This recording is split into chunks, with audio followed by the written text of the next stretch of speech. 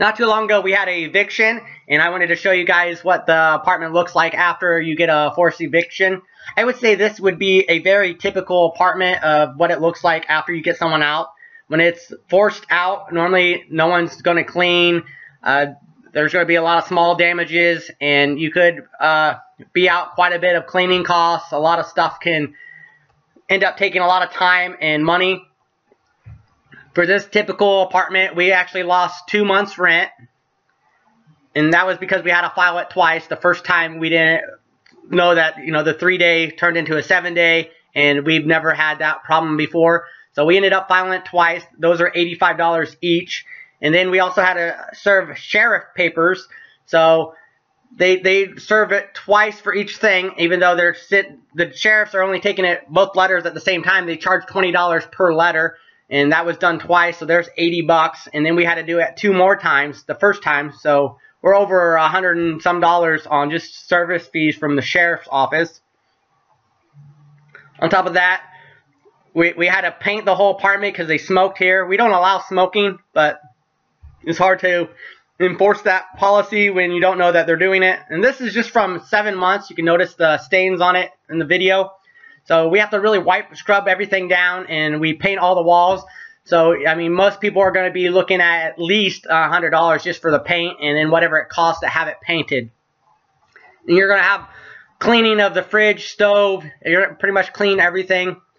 One of the things that I've been doing in the past is I've been getting rid of carpets. You can tell that the floors are very dirty, and some of them have stains on it that we had to scrub out. But if these would have been carpets, we would have been having to replace the carpets, and we're probably looking at around $600 to $800 just to have new carpets, and that's with us putting it in.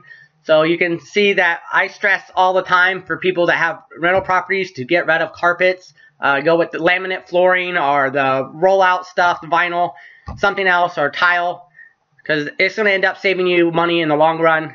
Tenants just seem like they're very hard on the carpets. It's not their carpets. And it also helped me with, I allow pets in the apartment, and it saves a lot of time there on dealing with the carpets. Another thing is that they took the dehumidifier from this apartment. I've never had anyone take an appliance before. How I fixed that is I just called them and let them know that we were going to call the sheriffs and report a theft. And they brought it back. I'll talk about this in another video because I haven't really dealt with this issue. One of the biggest things that I'm going to start doing now is I'm going to start enforcing the income requirement. Right now, I think all my tenants that I've ever evicted have been on SSI, except for one.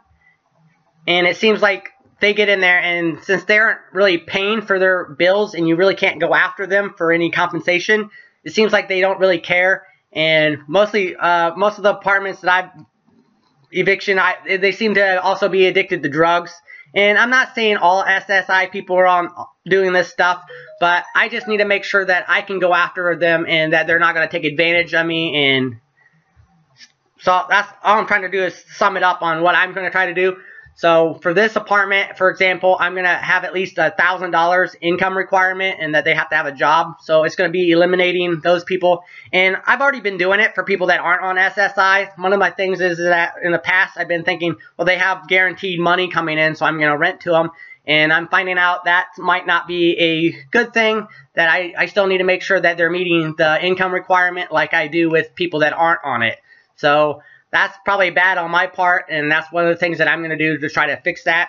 So people that are on SSI and Veterans Affairs or disabled, how they're getting money from being disabled stuff, you really can't go after them. You can file a small claim, you can win the judgment, but there's no way to enforce that really.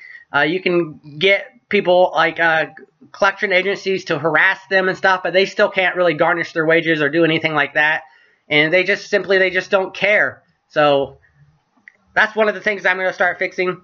You also have to take away all the trash that's left over, so you're going to have to pay for dump fees and transporting it there and stuff like that. So hopefully this video helps some of you guys that aren't into real estate, that are thinking about getting into it, some of the stuff that you're going to be seeing and dealing with. And for those of you that already have some rental properties, you already know what you're dealing with and seeing this kind of stuff all the time, probably seeing some worse stuff. But I wanted to make a video on it and put it out there. All right, enjoy, guys.